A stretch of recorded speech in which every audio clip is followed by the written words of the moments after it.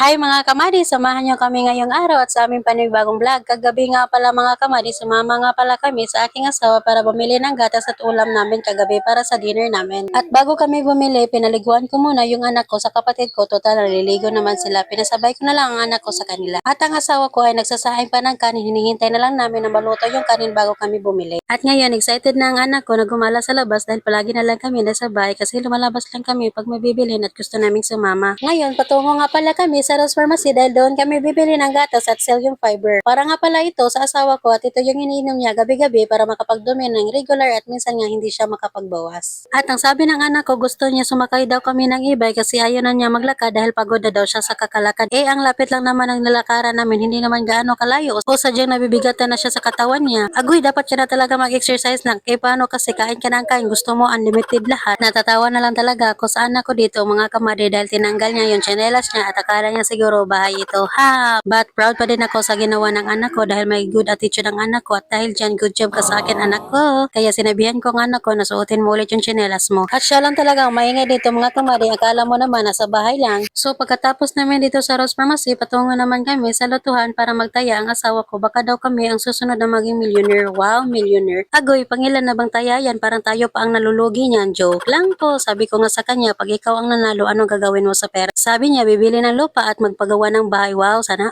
nga ganun kadali. At ayun na nga, yung anak ko nagpapabuhat na dahil pagod na daw siyang maglakad. At yung papa niya walang choice kundi bubuhatin na lang niya para mabilis lang kami kaso sa sobrang bigat ng anak ko. Ay naku dahil hindi kinaya kaya nga pahinga muna siya. Natatawa na lang talaga ako yung mga taong tumitingin sa amin baka nasa isip nila ang bigat siguro niyan. At dito nga mga kamadi, sinibihan ko yung asawa ko na sa likod mo na lang siya bubuhatin kaso hindi kinaya at baka daw ay mahulog pa. So ayun, patungo na naman kami sa Gomart para bumili sana ng diaper kaso maliit lang yun nandoon at ang gamit kasi ng anak ko is 3XL na. So ang binili na lang namin pagkain at ulam namin. At bago kami pumasok doon sa Gomart, may lumapit sa amin at nagtanong kung ilang timbang na ba ang anak ko at sinabi ko naman na 32 kilos na siya. Story time na tayo mga kamadi. Hindi ko naman expect na maging ganito kalaki ang anak ko. Kasi nung nasa sinapupunan ko pa siya, 2 kilos lang talaga ang anak ko. Sinabihan ako ng obigay ko noon na kumain ako ng marami para madagdagan ang timbang ng baby ko. At sinunod ko naman kaso ganun pa rin ang paglabas ng baby ko, 2 kilos pa rin. Kaya sinabi ko sa sarili ko, babawi na lang tayo, importante lumabas ka na. So kita nyo naman ngayon ang resulta, bumawi talaga ang anak ko sa kain. At ayun na nga mga kamadi, kumuha pala ako ng 2 cherry nuts at 2 chocolate. Sobrang saya ba naman yan? Kasi nga paminsan-minsan lang talaga kami lumalabas. Stamina, mina,